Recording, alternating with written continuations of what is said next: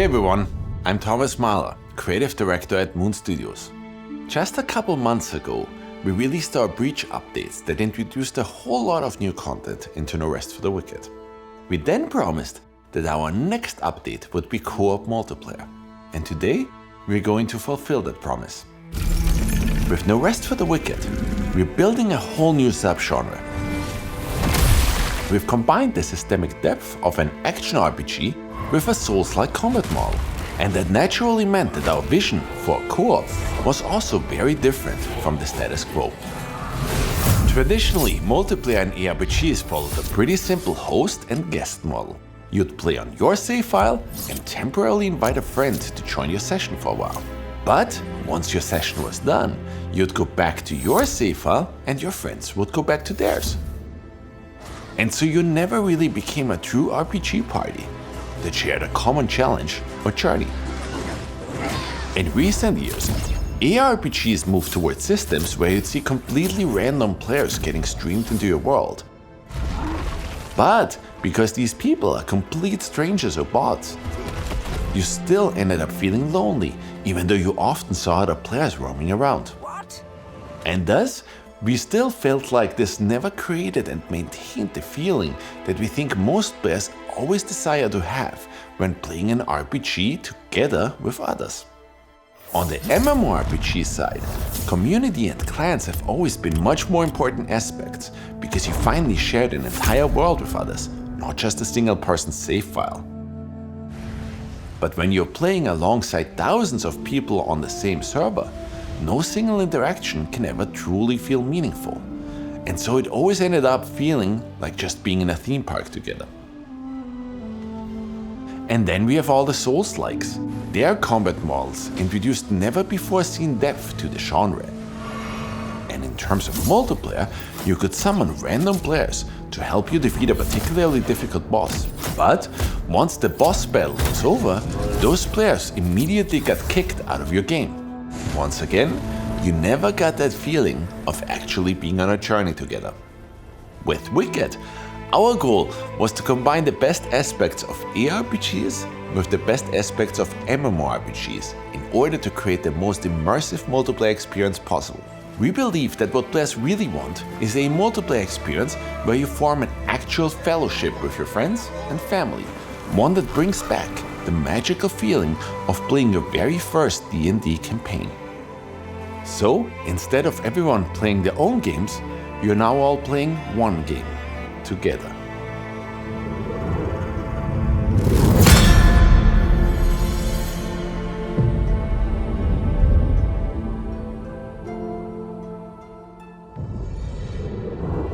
So far, in any of our live builds, any realm you created was a single-player realm.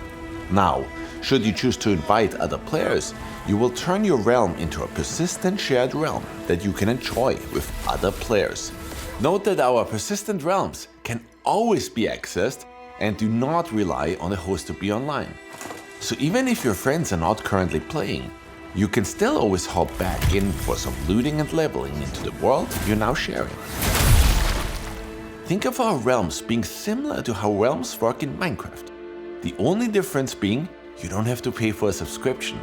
Owning an online realm is absolutely free in No Rest for the Wicked.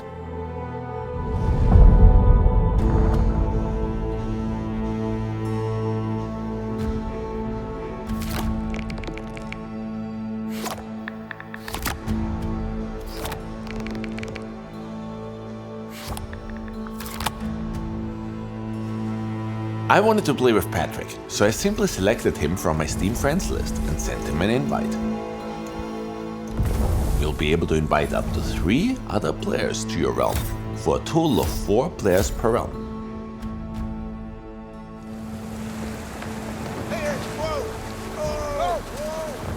As we started our journey, Patrick and I were roaming around the shallows together. Patrick took care of the first few enemies, while I took care of finding some wood for us.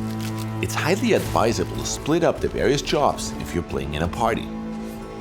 Patrick found the first big chest full of loot rather quickly. Loot in No Rest for the Wicked follows the first come first serve philosophy. Every piece of loot ought to be valuable. and we want to see players always thinking about members of their party and be highly encouraged to share whatever they might find. I already found a weapon before, and now I had two, but Patrick hadn't found one yet. Sharing is caring, so I decided to give Patrick the claymore I found. We listened to what players wanted and ensured that there are no restrictions whatsoever when it comes to trading. It's a completely free economy with no restrictive designs in place. Since our entire open world is lovingly handcrafted, we also applied this design ethos to enemy spawners. You will encounter more difficult, and different kinds of enemies spawning if you're playing Wicked in multiplayer. Ouch! Patrick got me with his swing there. Unlike other RPGs, No Rest for the Wicked is all about precision combat. That's why friendly fire is a thing. You'll always want to play together as a team and coordinate your attacks. Our enemies are quite smart and will react to being cornered by multiple players in clever ways. Here, the enemy understood that I was trying to backstab them and I got punished for it.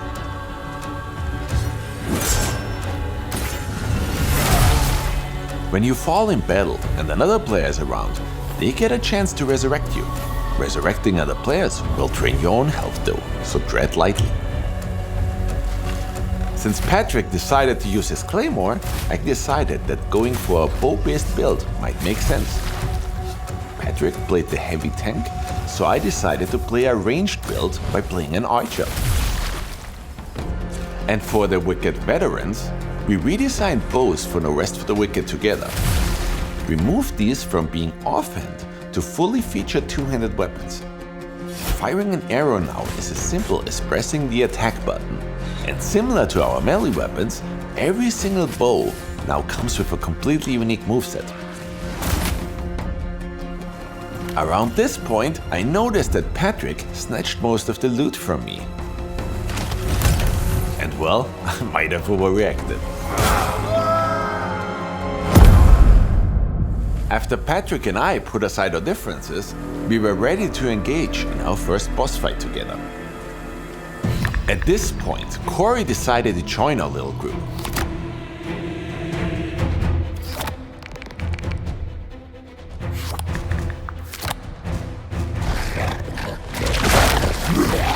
Corey wanted to bring over a character he had already started on another realm. Having someone who can heal us up might help us a great deal here. Together, we bravely stepped forward in order to slay the beast. Patrick played the tank and ripped into Warwick using his claymore. I kept peppering him with arrows from afar.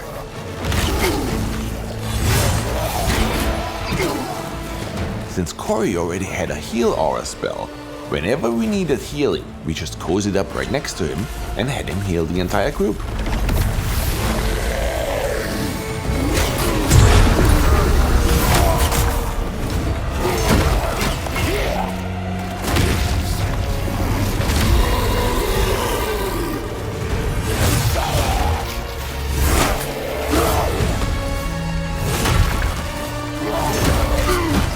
Enemies and bosses in multiplayer get new AI behaviors, so even if you think you mastered our bosses before, you might be surprised once you're trying to slay a boss with your buddies.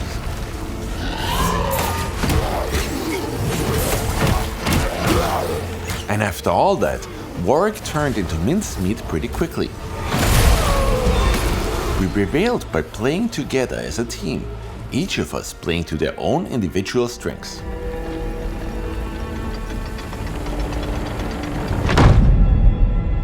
After arriving in Sacrament and spending the night there, I spent a little more time playing and then logged off for tonight, while Corey and Patrick kept playing.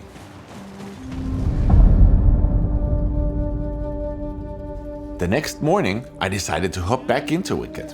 The first thing you should do when you jump back into a realm is to quickly check out what kind of progress your friends made. Apparently, they already upgraded some of our vendors. We changed the way vendors work recently. Instead of selling pre-configured items, they're now selling different items every day. Another new feature we're introducing is the compendium. This is basically like an in-game wiki. We're planning to add more features to this in the future, including an index of items and a bestiary of enemies. For now, the compendium lets you revisit any tutorial you want, and it allows you to rewatch all story sequences from quests you might have missed. And she prayed that the Sauron would never need to return. And we completely overhauled the way crafting works. We're introducing the scribe table. The scribe table will allow you to research any items that have been discovered at least once in your realm. You will find the required research papers as a new loot drop all throughout the Soul Sacra. Once researched, you can now craft those items at its respective crafting table as many times as you'd like. And if you'd like to research items that have not been discovered on the realm yet, you can try your luck and just research a random item.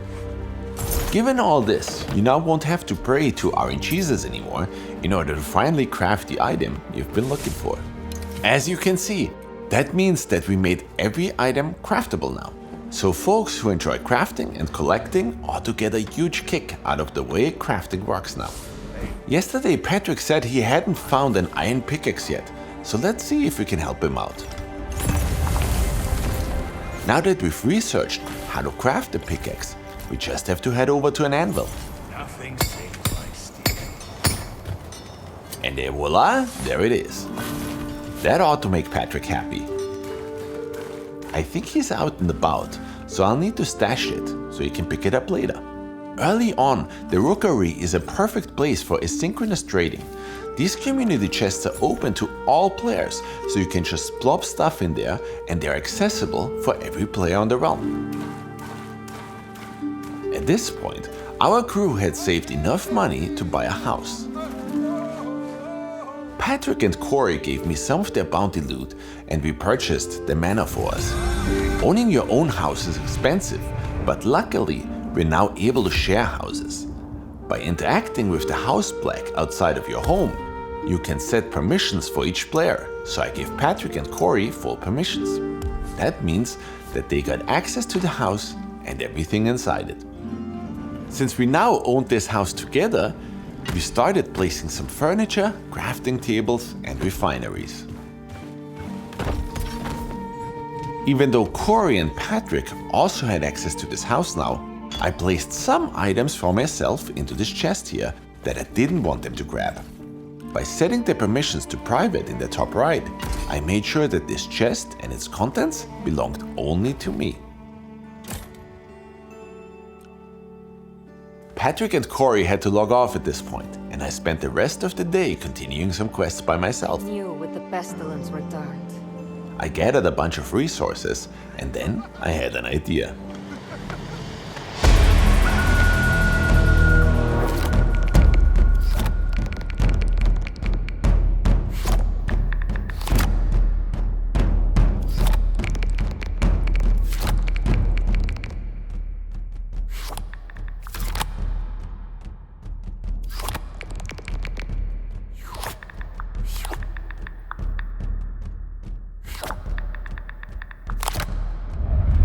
Hey folks, I'm Patrick from Moon's tech team.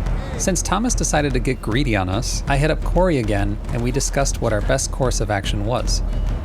Thomas made the mistake of promoting me to also be the realm's owner. So at first we debated kicking Thomas from our realm, but we knew Thomas was just messing around. So we decided to get him back a different way. Thomas was busy with work the whole day, so we ventured on without him. The Crucible is our roguelite area in No Rest for the Wicked, and yes, co-op is fully supported there. We managed to get quite far a few times, but never made it all the way to the bottom. Still, we got some good loot out of it. We made good progress on day 3, finishing bounties, ripping through the Black Trench, battling the Riven Twins, gathering resources, catching fish, and through all of that, we leveled nicely and bought up all the houses Thomas didn't snatch yet. There was only one thing left to do. The next day, I was excited to hop in to sell my real estate to our group. I first wanted to grab some of my stuff. What the hell? Where's the stuff?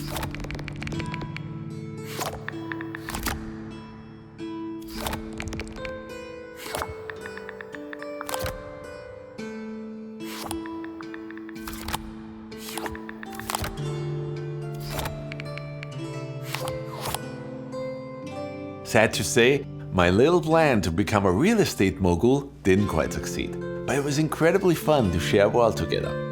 Now, we know many of you are incredibly excited to finally play No Rest for the Wicked with your friends, but some of you will also be wondering, but what has changed for single player? Short answer, a lot. So let's dive into all the new systems and improvements we've made since our last update.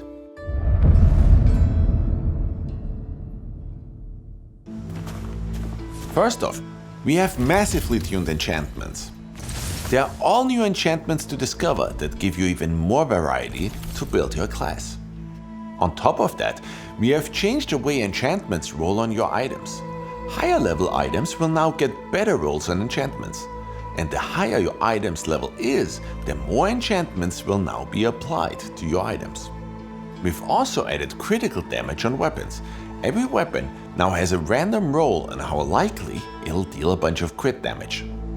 So every now and then, you'll now get that satisfying crunch of dealing crit damage to enemies in order to create a real bloodbath. We're also introducing facets. Facets are unique characteristics that might roll on your weapons now. In this case here, we found two weapons of the same type, but since they came with different facets, they have different stats from one another. We also limited the amount of times you can re-roll enchantments on your items. It was a little too easy breezy to get your perfect gear on our Breach Refined update, so this should help to make really good rolls feel even more valuable. Socketing gems into your gear will now give you fixed values instead of a random roll range, so that you never get randomly unlucky anymore when you socket the gem. What you see is what you get. And we've introduced higher tier gems now. These are harder to find, but they're adding even more variety and are even more potent. We also overhauled the way exalting works. You can think of exalting as the prestige upgrade for items. The point where an item is fully built and you're pushing it beyond what's normally possible. But before you can exalt anything, the item has to be complete. Maximum upgrades applied, maximum gem slots filled, maximum enchantments added. When it meets all those conditions, you can exalt the item. So what does exalting actually do? Each time you exalt an item, one of its enchantments or gems is selected at random and its value is boosted by a whopping 50%. The same slot can be chosen more than once. So if you get lucky and your main damage enchantment gets hit 2 or 3 times, that's when items start to become really special, really build defining, and really yours. For the backstab enthusiasts amongst you, not all enemies were backstabbable before, but now they are. Do be careful though, because they won't make it easy. We are also starting to introduce more offhand items. And we're starting with quivers. We already said before that we drastically changed the way bows work. Let's see it in action. The projectiles you fire with your bow will drastically change based on which quiver you have equipped. We're introducing a whole slew of them. Whereas before, my bow only shot normal arrows. With the blasting quiver equipped, I'm now demolishing enemies using explosive arrows.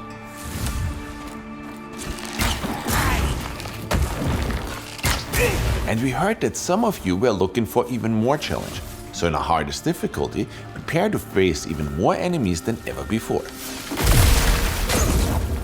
And these are just a handful of the systemic changes we made to No Rest for the Wicked since our last update. There are plenty more changes that ought to make Wicked deeper and more satisfying than ever before.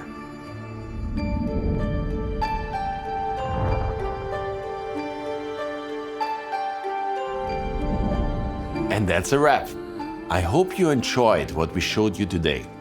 On a personal note, I'd like to end today's presentation by saying that Moon Studios has existed for 15 years now.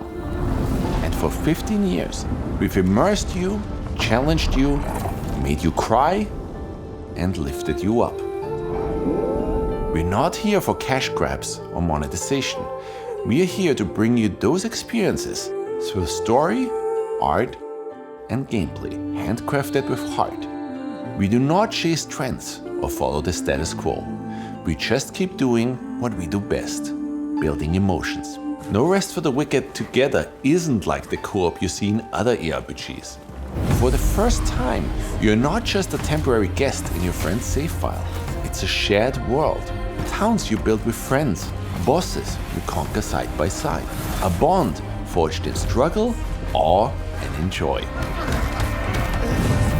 We're doing our best to redefine the ARPG space while paying very close attention to what our community wants. Our team has never forgotten why we make games. In the end, it was always about creating memories.